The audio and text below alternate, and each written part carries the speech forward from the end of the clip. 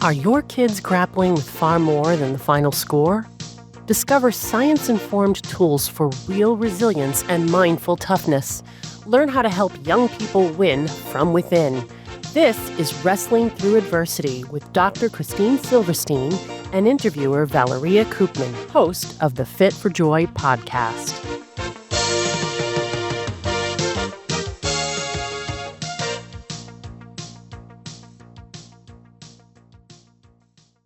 Hello, everyone. This is another Freedom to Feel conversation. And my guest today is somebody who is very familiar to the Fit for Joy platform. We have met 6 times for video interviews and have collaborated in many different ways for a reason. So Dr. Christine Silverstein is a peak performance coach, founder of the Summit Center of Ideal Performance. She is a behavioral health registered nurse and clinical hypnosis expert. Dr. Christine is also a researcher, published historian, and a bestseller author of Wrestling Through Adversity, Empowering Children, Teens, and Young Adults to Win in Life. So this is my brief bio, as always. I always give this brief bio. The full bio will be at the end. But you know, Christine, recently there was a different... I want to thank you for your presence again. I never say that. I say off record, and then maybe some people think that I'm not kind of grateful. I'm always grateful for every presence of every women and men that have been on my platform because of the timeless wisdom that they carry with them. There's something about it that changed my life. So there's something in me that wants to share that, and that's why I do this. But the question changed recently. I usually ask, who are you in your own words? But then recently, about 3 days ago, it changed. So now I'll ask you a similar question, but in a different way. How do you introduce yourself without labels? Well, as we discussed many times, I am a unique individual. And I would say that I'm a person, first of all. We tend to think of people as you're the wife, or you're the patient, or you're, worse off, your diagnosis, you're autistic, or you're schizophrenic, or you're a diabetic. So those are labels, or those are medical labels. And we have to know that we're people, we're persons. And so I'm a person with the unique perspective. I think I was born, as we discussed, with a mission. And also I was gifted, I believe, because I see my world in a different way. I see it through metaphors, through pictures, imagery, and I've always been that way. And I think that my work is to help people to understand the world through these metaphors, through these images, because those are 2 of the 5 ways of reaching the subconscious mind. And I work with the subconscious mind by using hypnosis and teaching people self-hypnosis. And that's my world. And it didn't really click until I was much older. And I remember when I was about 17 years old, I was in nursing school, and we had this garden in between the nurse's residence and the hospital where we worked. And so it was this little passageway from one building to the next. So I went outside. It was spring, and I was so happy it was spring, because I've always been connected to nature, always asking about what flower is this and what tree is that. And so when I was walking on the path, I said hello to the birds and the trees. I said, hello, birds, hello, trees, like that, very innocently. And my classmates were saying to me, who are you talking to? And I said, the birds and the trees, like who else? Don't you talk to the birds and the trees? I was so surprised. And so they thought it was crazy. But then I noticed that a couple of years later, when I graduated, in the yearbook, it was mentioned, they had this nurse, this student will be the best nurse, and she'll be, successful in her career. Well, what did they have for me? That I talked to the birds and the trees. They listed that down. And I'm thinking now, well, that was a great thing, because I was connected to nature. So that's who I am, unique in all ways, and always trying to explain to people maybe looking at things from a different perspective. And I remember doing that even as a young child. Adults used to come to me and say, well, what about this situation? And I'd say, oh, well, we could look at it this way or that way. But I often wondered, why are you coming to me? I'm just a child. But I had unique knowledge, and I think I'm the same way. I'm a person with these gifts, and I share them with everyone. And I love that. And what's not to love about it? I always say it that way. It's what's needed, actually, more. This sense of purpose, of mission, timeless wisdom. That's what I really I love about these explorations, these meetings that I have. So before we get to the topic, so it's breaking free from fear to win in life, and that's based on chapter 7 of Christine's book, Peak Performance: Stress, Friend or Foe. But before that, what is your suggestion or advice, per se, to those who are looking, investigating this this idea of mission, of purpose, of calling? Well, I think that you get clues during your lifetime that there's something that you have to do. I do believe that my entrance into nursing school when I was 16, that I had a calling there. It started with this experience I had when I was 15, actually, and I had a friend, and I didn't know this, but he had epilepsy, and he had an epileptic seizure in the middle of a street, a grand mal. It was a very forceful seizure, and I didn't know how to help him. I saw him shaking, and oh my goodness! And some of my friends were with us, and we said maybe we should put a stick in his mouth so he doesn't swallow his tongue. We had seen that on TV, and so I watched him through that, and then when he woke up from it, kind of in a daze, he was upset with himself. It wasn't something that he wanted to share because epilepsy has a huge stigma attached to it. So he got up from the street, actually, and I never saw him again after that. He was embarrassed, I think. And so then right after that, my mom, who wanted to be a nurse when she was young, and she had been in the hospital with a ruptured appendix when she was 15, and she almost died from it because there were no antibiotics. So she thought she wanted to be a nurse, but she never had the opportunity. She had 5 children at a young age, and she never got there, but she was very proud that I could be a nurse. And now she asked my 3 older sisters if they wanted to be a nurse, and they all said, no way, they became teachers. So at that point, I said, well, my friend, he had this seizure. Maybe I could find out what to do to help him or other people, who are sick and they need assistance. So I think that fed into my mission, that I wanted to be helpful to people and understand people. And my primary job was to listen to what they were saying and help them through illness to be well. And so you have to look for clues in your life, how you direct it and guide it, and not just dismiss it as being, I'll just ignore that, I'll just ignore what I'm seeing. And many people will say that they're afraid, or they don't want to say yes, to maybe their future of what they should do.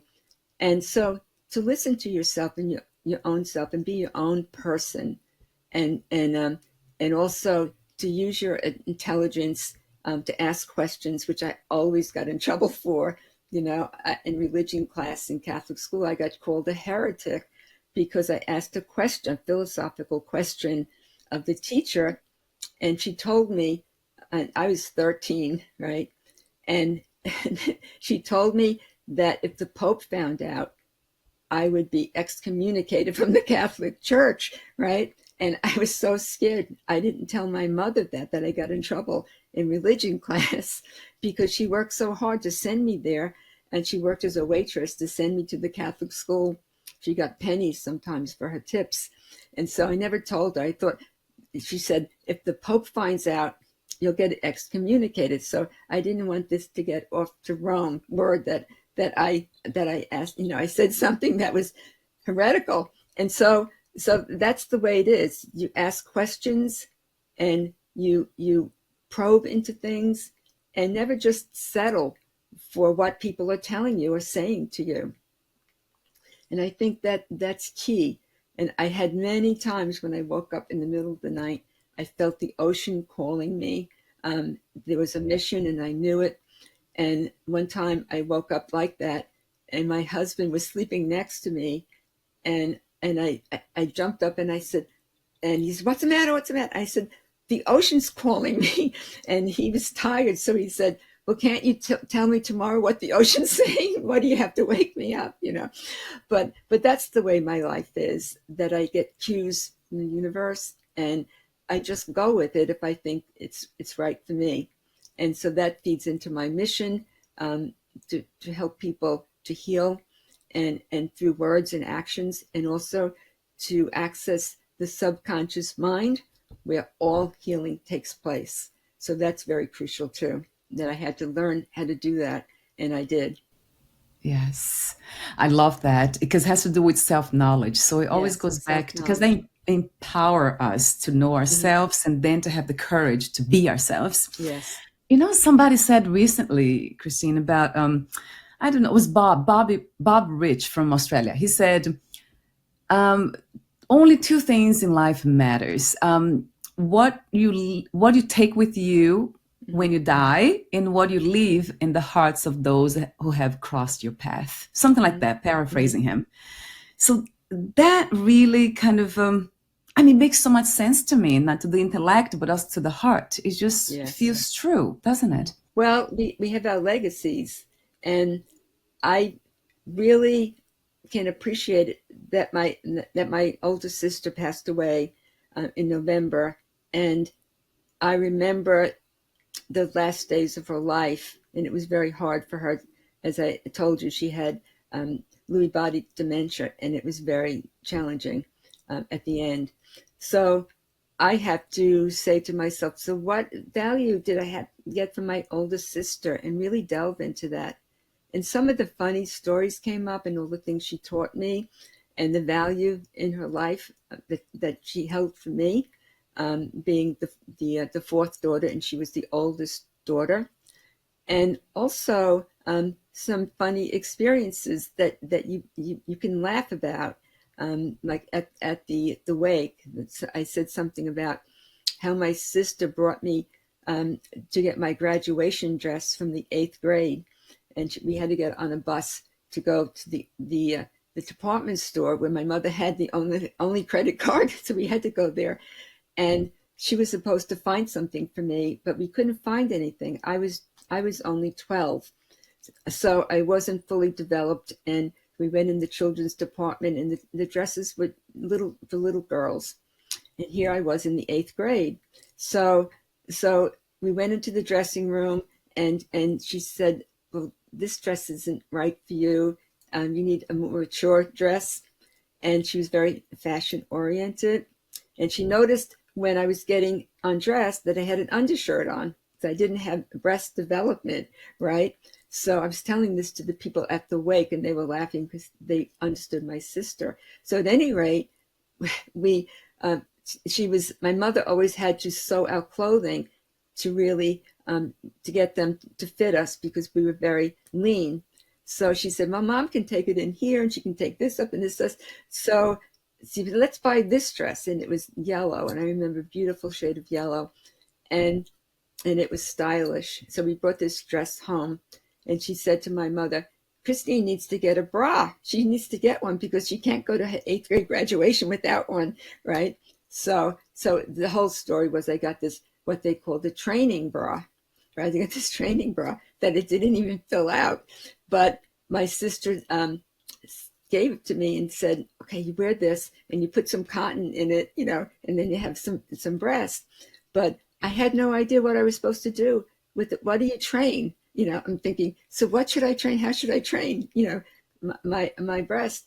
And everybody was laughing because it's the silly things that happen in life, and there was value in it. So we could laugh, and we could remember my sister and how she helped me, and then my other sisters and my brother talked about her value.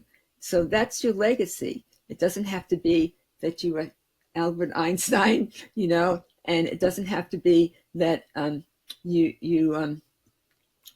worked in ShopRite, for your whole life. It doesn't have to be anything, so magnificent as the relativity, Einstein, like that we all have value in where we are, and it's the things that you do for other people, and it's how you live your life that matters. So I agree with that person from Australia. It's your legacy. So let's talk about, God, let's dive into the breaking free from fear to winning life. I have to say, this is actually, for me, it really stayed with me from what I read. So you wrote, our fears today relate to those of the past, and we can overcome them to accomplish our goals and find joy. So that's paraphrasing you too. I think I made some changes here. Mm-hmm. So talk to me about the relationship between fear in the past that happened back then and the ones that are being presented now. How are they connected? Well, first of all, we have the fears most probably from childhood. We accumulate many fears from childhood. And for me, I had eye surgery when I was 12. I used to go to the dentist by myself when I was a young child and get teeth pulled and things like that. So these are traumas that stay with you. And if you don't work on them, they'll continue to stay with you. And you might even really pass them on to your children. You don't even know it. You don't realize that they're holding you back, and you cannot go past that. So, for instance, I had this eye surgery. It was really challenging when I was 12, and I had eye patches on both eyes when I woke up for the anesthesia, and I was vomiting, and I had no call bell, and so it wasn't the best experience. I got through it, and then the operation was successful physically, but I still held the trauma. I held the trauma for years. And how do I know that? Because it would pop up at certain times in my life. So I explain in my book, but I also had a more recent experience. So when I go to the eye doctor, and I've known this eye doctor for many years, and he's helped me with my vision many times, and also my children. So at any rate, I get there, and this just happened this year on December 31st, where I went to the eye doctor, but I was running late. There's traffic that I couldn't help, and I get there a little late, and I feel tense. I didn't meditate like I usually do. I usually calm myself down and mentally rehearse before I get there. So I look at the machines and do the testing, and I feel calm. So I didn't feel calm. And so he examines my eyes, and he's telling me, oh my goodness, your vision got worse, right? Oh, look at this, and oh, you need cataract surgery, and you need I won't be able to give you your driver's license. That's how bad it is. So do you think that engenders, relaxation and good vision? Because I believe that the optic nerve is important, but a large percentage of vision is how we perceive it. It's perception, right? So at any rate, I was really anxious, and I left there feeling anxious from what he had said. And he didn't mean to make me upset. He was just concerned, how come your vision got so bad? I tried to explain, but he didn't listen. So fast forward that to 6 weeks later, and then I convinced him to give me contact lenses that were right for my eyes. So I said, my vision is better than what you're saying, what the charts are saying, and what my prescriptions, my vision, I'm seeing better than I've seen in many years. But it's perception, right? And I even told him that.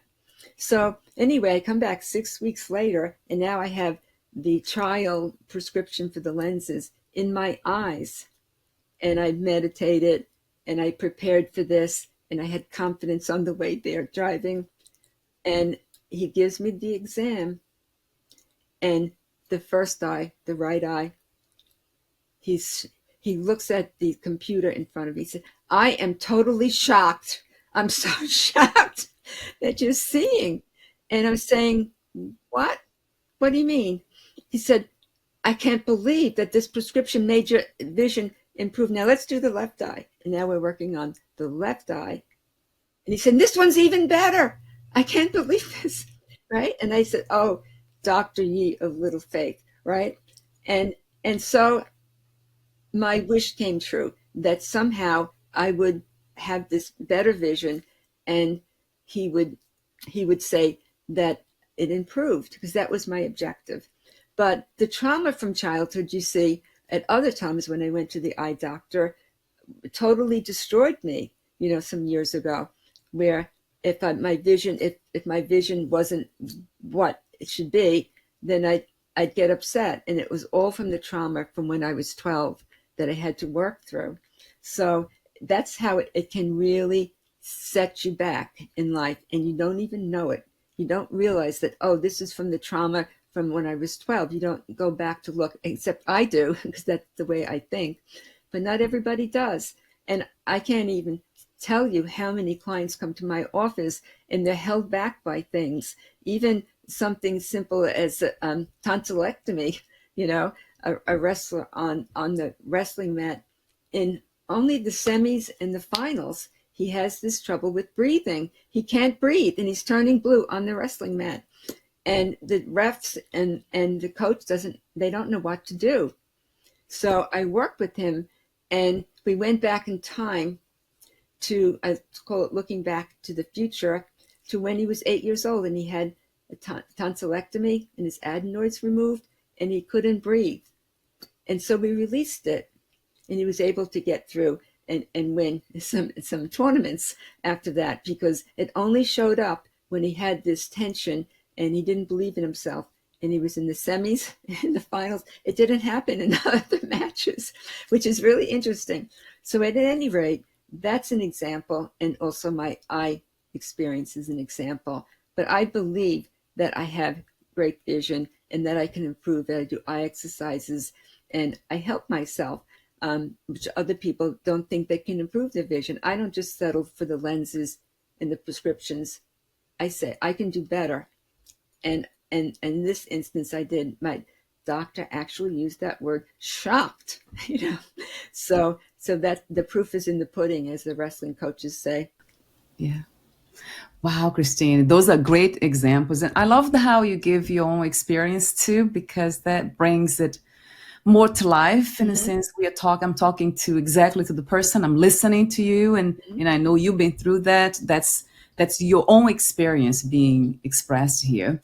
And so in a way, would you say that healing begins with the belief system? We need to believe something that's not there yet in order, and then work? Definitely. I do believe that.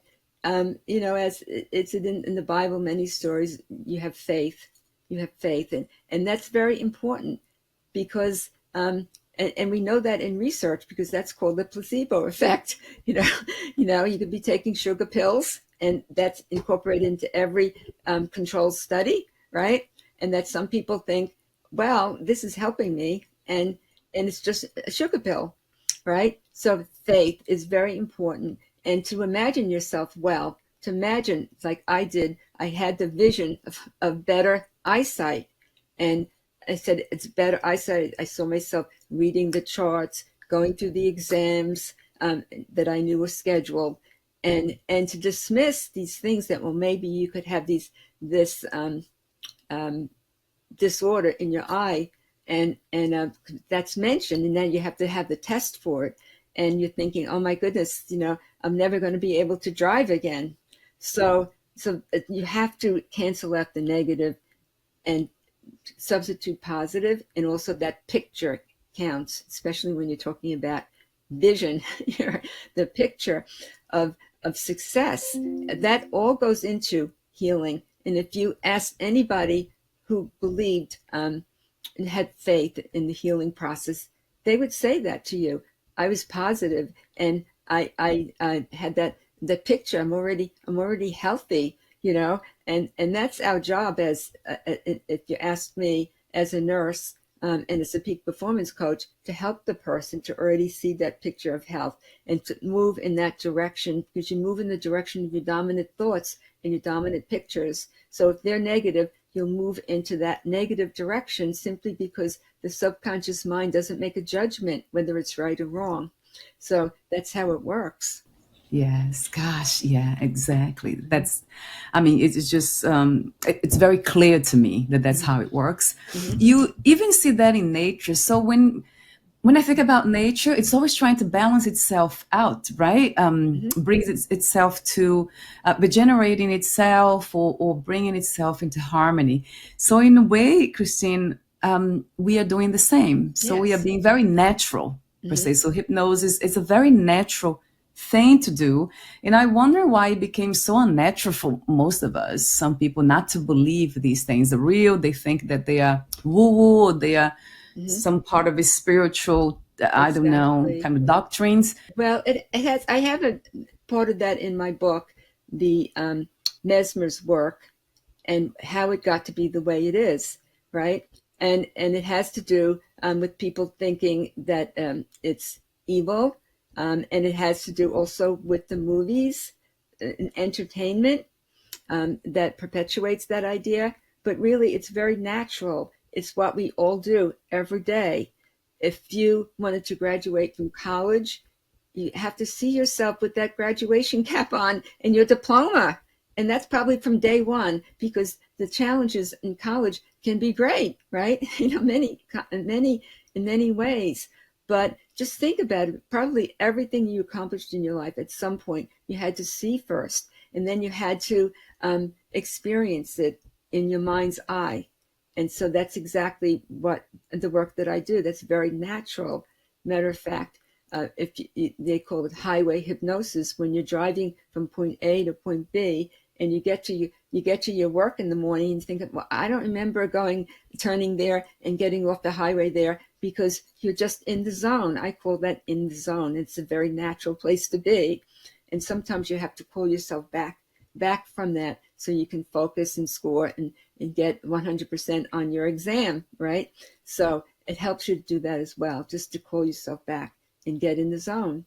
And we experience that with the kids with playing the games, the video games, and you have to call them back. But they're in the zone there playing those games. It's very natural. And this has nothing to do with spiritualism or voodoo or any of these other things. And I explain that in my book, in one of the chapters as well, how it came about and what Mesmer wanted. He wanted it to be healing, a healing modality, because he was a doctor. And so as it turned out, they realized that even though he was disgraced, they said, well, some of that stuff does work, because why? It's the use of the imagination that is natural to us. So doing the visualizations and using imagination to kind of heal and also achieve what we want in life, it's really incredibly powerful, because I see that how you do this. We're talking off record, so it can also heal the past, so we can let go of whatever the body is still holding and the traumas that's in the body, and we can also use to achieve what in the future, something that we want. So maybe this is a good time to go back to the conversation that we had before, actually, about miscarriages, which is kind of very sad when I was reading about it, because the suffering and the pain behind it and the injustice and all that. But then I think it's beautiful the way you healed from it, and the way you talk about the butterflies. I mean, that's just, to me, that's the perfect picture of transformation. Yes. Well, we were talking about fear, and the fear built up in me because I had 4 miscarriages. The first one, actually, I wasn't really sure if I was pregnant. I thought maybe I could have been. But I went skiing, it was Washington's weekend, and I went skiing in Vermont. And I was a pretty capable skier, but it had been warm the day before, so the next day everything froze. It was very slippery on the slope, so I fell really hard on the slope, and I couldn't stand up. It was so slippery. So after that, I went back to work the next week after the holiday, and I worked for the visiting nurse service in New York City. And I had part of my area was to visit a assisted care facility. So I went there this one day, and I was really feeling crampy on the way. So I stopped off in the bathroom in the lobby of the facility, and there I had a miscarriage into the toilet, and there was a lot of bleeding and cramping. And I still went to see my patients there. I had a host of patients to see that day. And after that, I went home on the train, and I didn't tell anybody about it. I kept it to myself because I felt, well, Christine, why didn't you know that you might have been pregnant? Why did you go skiing? And I felt guilty about it. So it didn't come out till years later that I had that miscarriage. I didn't even tell my husband. And so that was the first one. And now you have these fears and, oh my goodness, look what happened. It's negative, right? To say the least. And I get and still working in the visiting nurse service, and I have a second miscarriage some months later. And that one was a similar thing. I was bleeding, and I went home on the train, the subway, and I went to bed. And that one was, it was both a planned pregnancy, but it was also that I confirmed at the doctor's office, because back then you had to go to the doctor to confirm pregnancy. They didn't have tests that you could take. So I called the doctor, and the doctor said, go home to bed rest, which I did. But in the middle of the night, I woke up, and I could feel the fetus separate from my uterus inside me. I could feel it like a thump. And I ran to the bathroom, and there again, I hemorrhaged into the toilet, and I had a miscarriage. Went to the hospital, had what's called a dilatation and curettage, D&C, to get the products of conception scraped out so that it wouldn't make me ill. And I was still at work, and I had to take care of newborn babies, and that was really hard for me. And I remember after that, going into the bathroom, because I was in this hospital on the maternity ward, and in the morning, this lady said, oh, I had a little baby girl, and she's so beautiful. What did you have? And I just looked at it. I said, my baby died. She didn't know what to say to me. But at any rate, it was very challenging. So it kept on going on, So I had 3 of these miscarriages before this 4th pregnancy, and I was petrified. And each of these pregnancies was worse than the one before. It's like this one, the 3rd one, the doctor told me after I was bleeding, I went to the emergency room, he told me I wasn't pregnant at all. He said, you're just having a bad period. Women drop tissue out of them all the time. Well, I went home from that visit in the ER, and the next day I aborted into the toilet, a fetus, right? And so that was challenging to get over. The doctor didn't believe me. And here I was a nurse, and this was the fourth miscarriage was after I had all these others. They don't believe you. So at any rate, when I got to my 4th pregnancy with my son, I was petrified at night. So the fear and the trauma builds up, and I hadn't released it. So I was afraid I was going to have a miscarriage in the bed again, because I had this huge blood stain on my mattress that I couldn't clean off. I just covered it up. And so that's when I decided, because I couldn't sleep, to learn meditation and learn self-hypnosis. And I studied it, and I used it every day to help me get through the night and to help me get through the pregnancy. And that was my first successful pregnancy. And that's all I did, aside from taking more supplements and changing my diet. But up to that point, I was diagnosed as infertile. I was diagnosed with unexplained infertility. and as habitual aborter. So I helped myself to become pregnant with my son. He was a healthy baby, 9 pounds, 3 ounces. And what I had to go through to get to that point, one doctor told me I had to take DES, which is diethylstilbestrol, which causes cancer in mothers and offspring. And he said, this is the only way you're going to have a baby. And I refused to take it. I threw the prescription in the garbage. I said, I'm going to help myself. And as a result of that, I have created a program called Metamorphosis Fertility Enhancement Coaching, and that's part of it. And I released the trauma from that years later. Years later, it took me so long when I realized I had to do it. And that's when I'm talking about the butterflies and another D&C that I had for spotting. And I healed myself. But these things are traumas that hold you back. And it may prevent you from ever having another pregnancy. It may prevent you your whole life. It's something that holds you back. So I say that you use the power of your mind, which I was determined to do.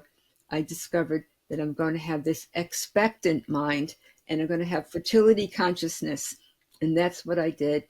And so to tell all the women out there, there's hope for you to use the power of your mind beyond the physical challenges that you're having, and that you can become fertile in consciousness, and also to reduce babies. Now, I had 4 children after that.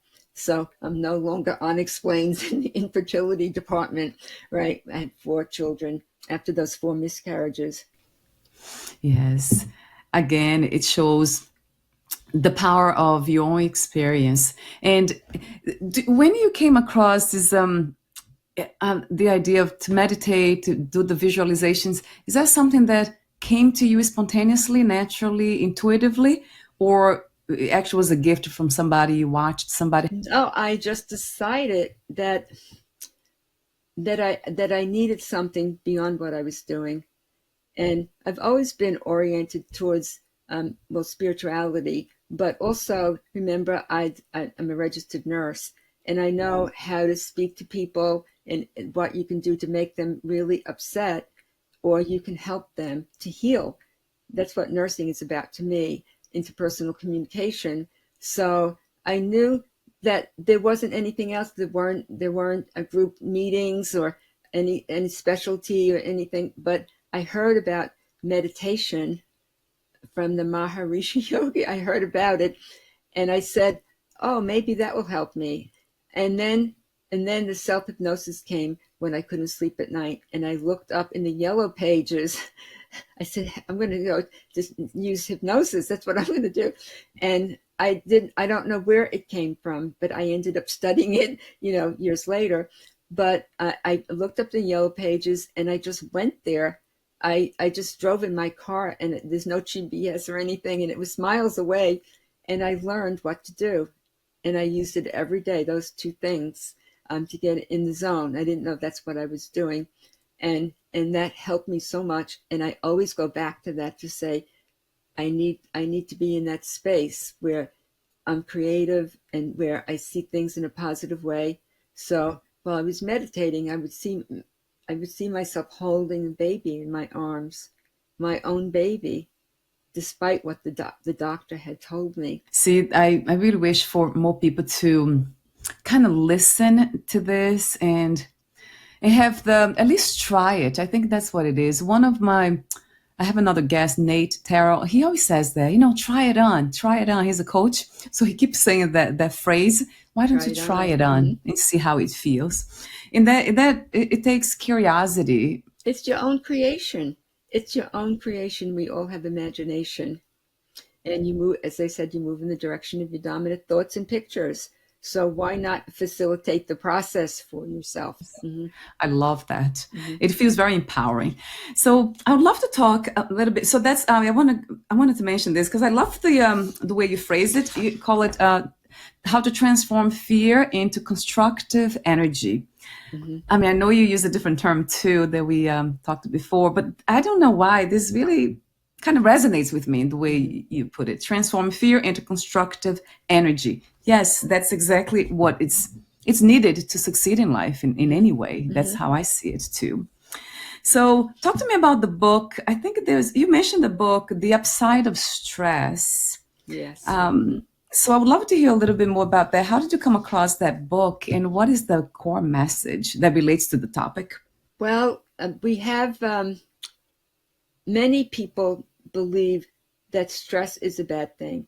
Now, there's such a thing as a stressor, and we have many stressors, right? We have, what's happening at your job. We have, you have to transportation to get to your job and take the subway, whatever it is, environmental stressors. We have many of those, these days with global warming. And so those are the stressors, but how we respond to them are the stresses that we have, and we carry those with us. And if you can imagine yourself, you're on the corner, in New York City, on the corner of 76th Street and 3rd Avenue, and you see a horrible car accident. Some people will respond to it, try to be helpful.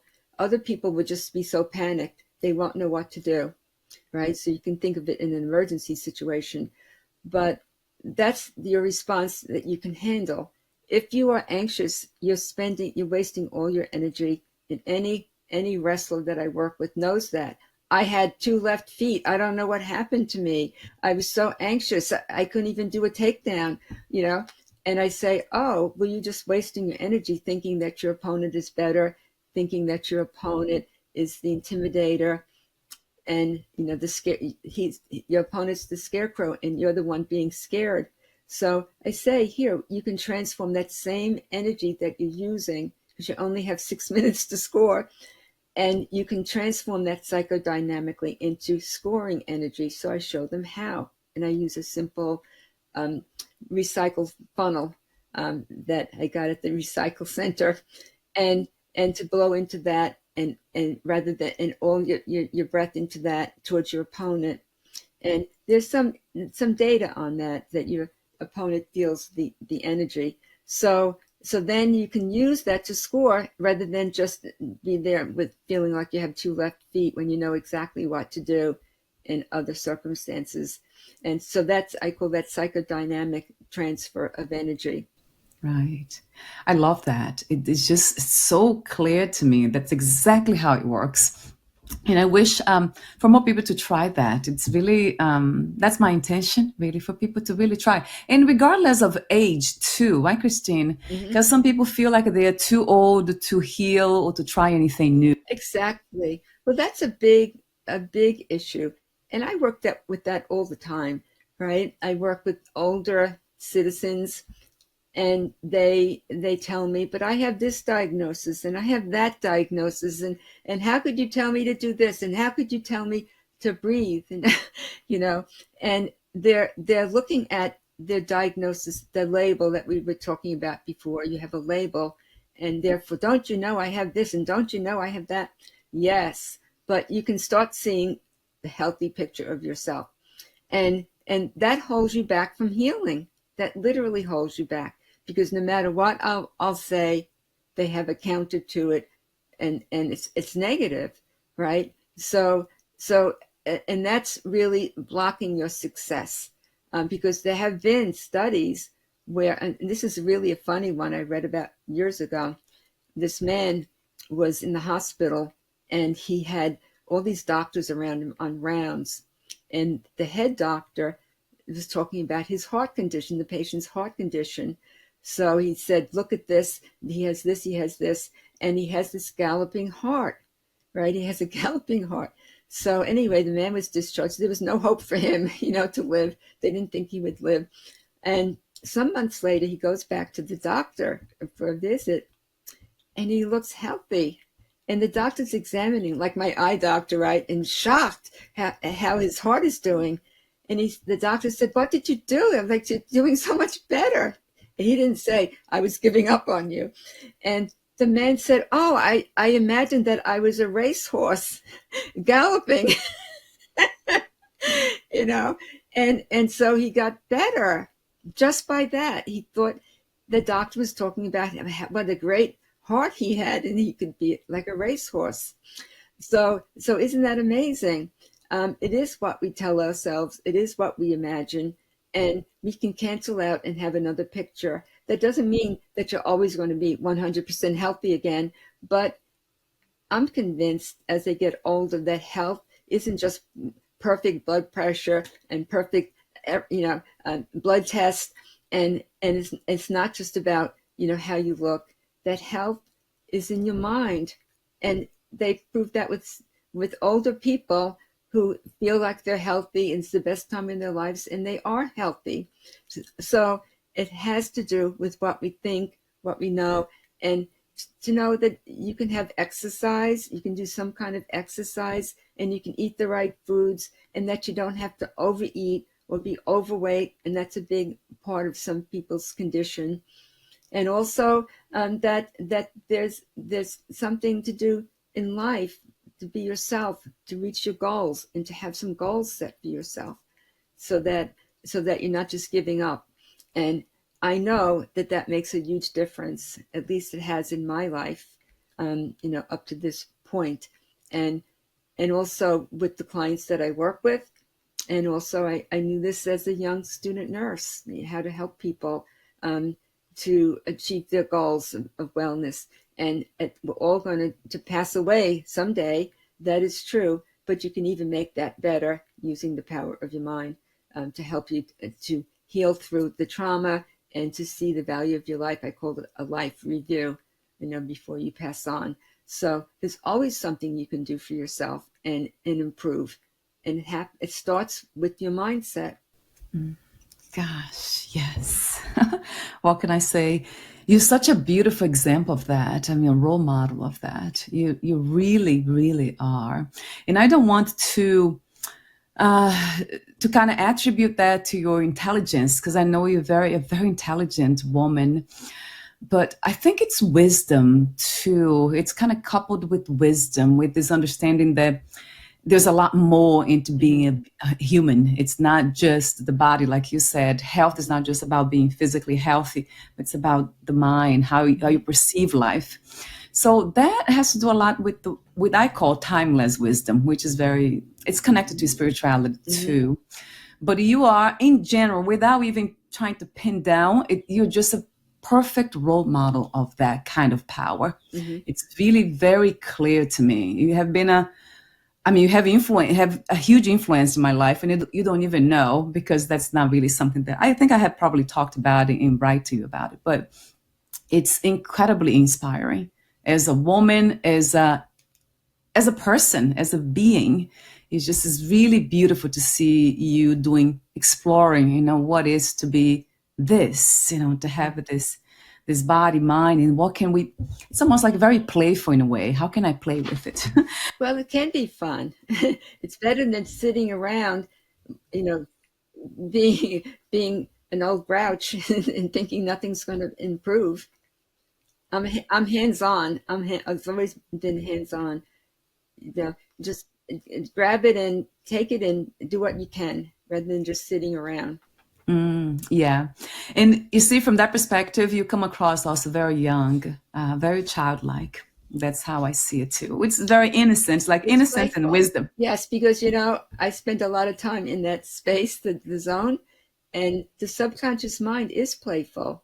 It's irrational, and so when you're there, you can really have fun. Of course, you have to use the left side of your brain, which is the conscious mind, connected to the conscious mind, to help you with the positive suggestions. But when you're in the zone, you're using mostly the right side of your brain, in your imagination. And so, yeah, it's playful and it's fun. And that's how you can be so lighthearted, to just release that takedown or swing the bat and get a home run, right? And have some fun in life. So we're almost at the end. I want to mention, I think we talked off record about FDR. There's 1933 was the inaugural speech that he gave. I would love for you to read that, Christine. That's a powerful message too. Yes. Well, in 1933, Franklin Delano Roosevelt said, The only thing we have to fear is fear itself, nameless, unreasoning, unjustified terror, which paralyzes needed efforts to convert retreat into advance. So that's what he was talking about. Take when we retreat rather than going backwards rather than advancing. That's what we were talking about before with this psychodynamism, where you convert anxiety into scoring. And so he said that during the Depression, when people needed that confidence, and we don't have that today. We have government taking away jobs rather than giving you jobs, and taking away food rather than giving you food. So that's where all the fear is coming in today. And we all need to work together and reach out to each other in need, and not make it so you're fearful that you can't feed your children. You can't afford a carton of eggs, and you get very fearful that your children won't have enough food. And so I like the idea of what FDR said, and he also talked about later on in 1941. He talked about the freedoms, the four freedoms. One was freedom from want. That's really significant in Norman Rockwell's his print of the grandmother serving the turkey dinner. That's very famous. But also there was freedom from fear, and freedom of worship, and freedom to what was the fourth one? Oh, freedom to have your own point of view, freedom of speech. So these four freedoms, they are very important to us today as well. And that gave the people confidence in 1941. So we had the war ahead of us. And so that's inspirational and spiritual, from our leaders, in my opinion.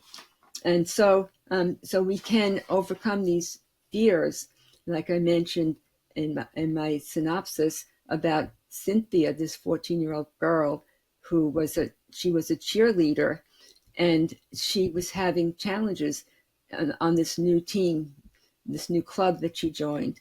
And the coach was screaming at her and making fun of her when she was practicing. And she got very upset, and she had physical symptoms that are controlled by the autonomic nervous system, the sympathetic nervous system.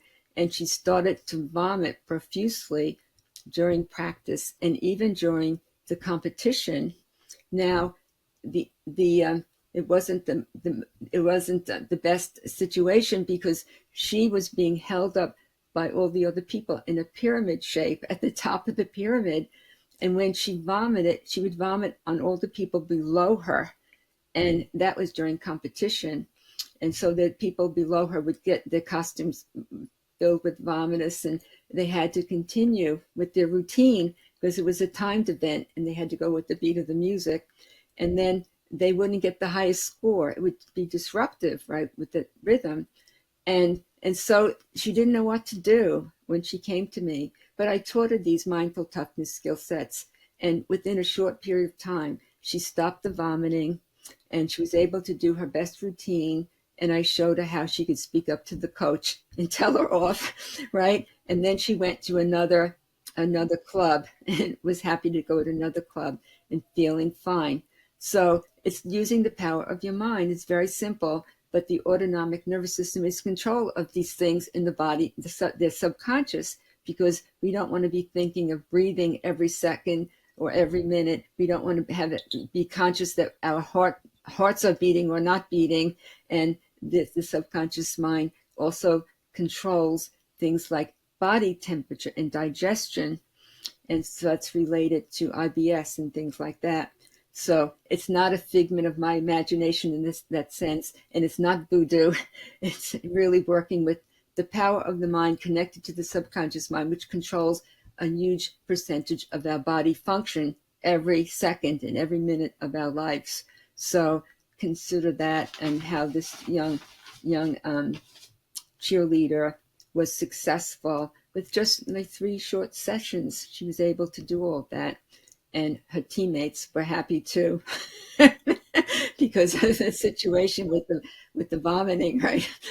So I felt sorry for her, but she cleared it up with a short period of time, which was a credit to her. Right. Ah, well, it goes both ways. Yeah. Yes. I know you're being humble, which is beautiful too. Yes. I mean, you have so many examples of how this technique works and how successful we can be if we apply it.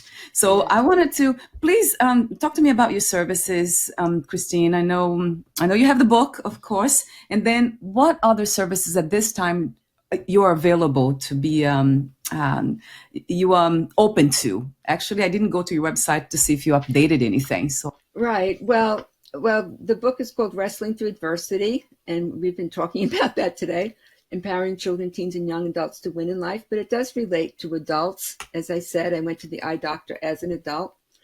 And also, I wanted to point out that I wrote a blog on this idea of the miscarriages. And it's recent. It was in January 2025. It's called Beyond the Pain of Miscarriage, Finding Strength and New Beginnings.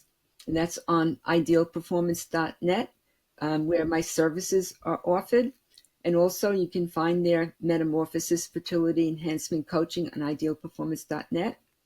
And also there's a figure, it's called the HPA axis that we're talking about here, and how tension affects your brain, the hypothalamus, then the pituitary that's in your brain, and then there's a connection with the adrenals that produce the cortisol, and also this high stress fight or flight response.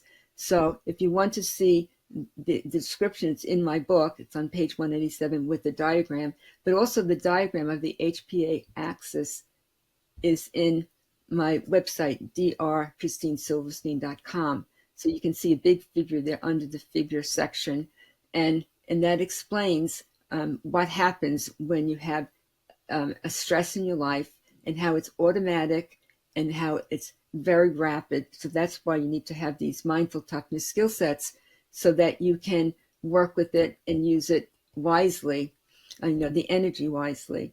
And that is very important, and it's very scientific, how it works. And the fight or flight response, we can, like the cheerleader had, she was vomiting.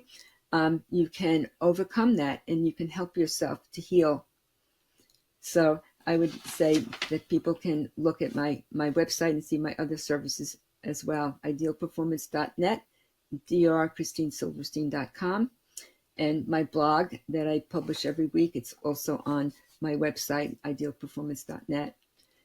And lately I've been also thinking about how to apply these programs that I have. I have Operation Heal, that I work with people to help them through surgeries, and also my experience as a medical surgical nurse for many years, and how to use the power of your mind to be healthy and happy after surgery and to get the results that you want, or through chronic or long-term disorders that you have, where you can improve your mindset to heal and to have a better life.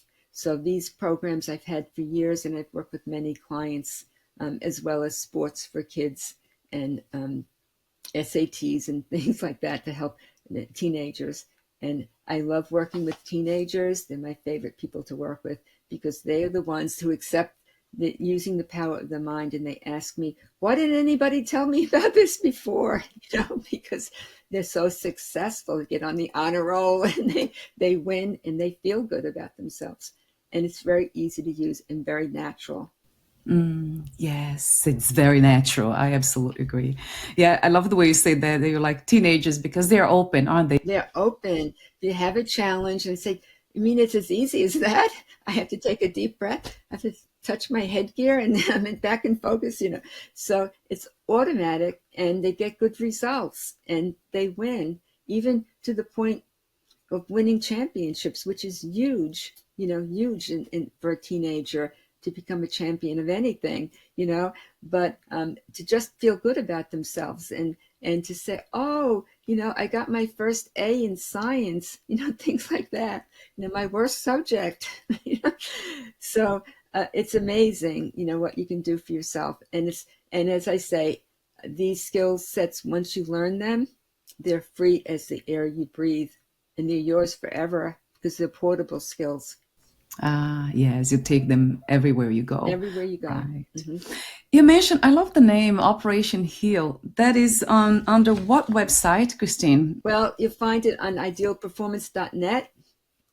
And I've had that program for many, many years, and it was built up, which is another trauma that I had when I had these 4 babies that I talked about. I had cesarean sections, and the anesthesia didn't work. So I had surgery without the anesthesia working. And so it was based on that, and I developed it over the years. This is how you can get through surgery. You know what to expect and what to do and go in the zone.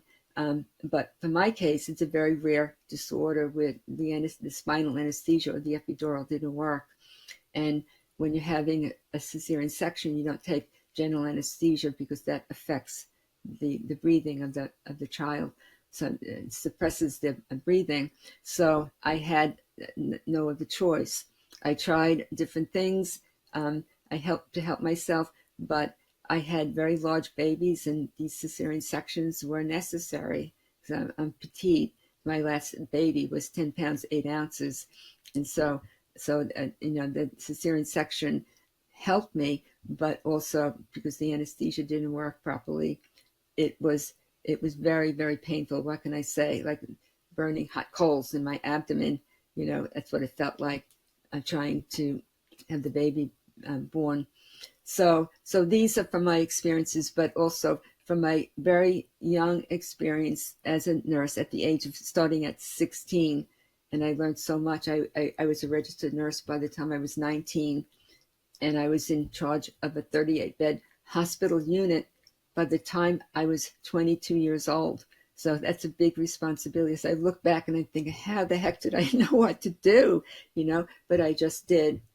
And that's all part of my mission. I mean, if I could say something about that to summarize, if I could summarize your life and what you're doing, kind of combine them, is basically, it feels to me like it's transforming pain and suffering into meaning, which meaning has to do with exactly with that mission of helping others. So yes. Wow, you have done that really, really well. It's truly, truly amazing, fascinating to see how some people can do this and they'll be as amazing as you are, and some people are not, not even, I mean, you just can't even compare. It's just incredible. And I wonder why some people, they're willing to explore, their own potential, and some people are just they give up, it seems to me. Well, I think for me it's a gift that I have, that I know what to do, and that it's like if you're gifted in playing the violin, but if you never have a violin, if you never hold a violin, you can't be the expert. It's like this. I had much education. Remember, I studied as a student nurse. I got my RN at an early age, so I have many years of experience. But it's a way of, I call it a way of knowing, and knowing what to say. And I always sought out, well, what should I say to this patient? What should I do? And it was always my question, because I saw horrific things at a very young age. Like my job as a student nurse when I was 17 was to clean up the people after they died in their bed, while their relatives would come in to see them before they went to the morgue. And that was horrifying for a 17-year-old to have to do that. But I remember one instance, I called my classmates in to help me, because the patient, when you're dead, you're what they call dead weight. So I needed to transfer the patient onto the stretcher to bring to the morgue. And my classmates were laughing and giggling. And I said, no, the spirit of the person's here. We have to be aware of that. I always knew that. And so that was very interesting to me to look back now and say, well, how did I know it at such a young age? But I did. And that was part of my spirituality, I guess, that I developed. So it's not as if you have a gift and you don't have to develop it. Anybody who's gifted will know that. That can be positive, but not necessarily, because people who don't have the gifts, they can do better at hitting the baseball if they know what to do, using the power of the minds. They can even be better. So So you have to develop it, is what I'm saying. You have the gifts, you have to recognize them, and then work towards developing them into what they are. Because I know I'm much smarter than I was years ago, but I learned from everything, that I've done. And now I just know things that other people don't, and that pertains to healing, how you heal, and it's through my life experiences, and also my healthcare education, and I learned it all the way through. And also, I have a master's in public administration, and also a doctorate from Teachers College. So that was educational as well. How to work with people, how to work with clients, and it's all very valuable to me, to learn and to grow. I know you are working on the translation into Arabic for Yes. Wrestling Through Adversity. We talked off rec. We have been talking for a while about it too. So is this the only new project you have in mind for now, Christine, or do you have some others that I am not aware of? Well, my focus is on working with people. If they contact me, if they have a need, I'm very happy to work with people. I've been, for the past 3 years, I started writing my book in 2022, March 1st. And I've been very much involved in that, promoting it, traveling, giving presentations, keynote addresses, things relating to that. And also, last year, I started this Arabic translation, which is very challenging, as I described. It's a whole new experience, learning about different culture and even the language that's very intricate and spiritual. I'm finding out things, how we're connected. I did feel that one of the most positive things is I connected with the interpreters who actually read my book word for word and translated it. And sometimes I felt like I was just in pulse, like we were breathing together, and our pulse was together as I was reading through the translation, because many of the stories and many of the things I talk about are metaphors and images, and they were just so good. They just understood it so perfectly. But the challenge was that language doesn't have the same amount of vowels we have. And of course, the lettering is not Latin lettering. And so it took a long time to understand the translations, but I connected with the Arabic language, which I never had any experience with before, and it's beautiful. And I just hope to be able to complete that task and publish that book on Kindle. It's coming hopefully soon in Arabic, and so that's a big accomplishment for me. So that's where all my effort, most of my effort, has been. But also, I started this blog end of last year, so that's something that I've been doing every week. And I also have a newsletter on Kindle if people would like to subscribe. And then another project I'm working on is my YouTube channel, The Young Navigator. And so people want to see something about my recordings, working with teenagers, Operation Heal. There are recordings on my YouTube channel, The Young Navigator. So you can find out more about me. And I invite people to subscribe and to join my community of like-minded people like the two of us that we met and we connect. And I know that there are many more followers of your platform that could connect with me as well, because we're all in that community, and we all have our ways of knowing that are aligned. And that's what's going to make a better world for us, for sure. And I could say the cheerleader would agree with that. Yeah.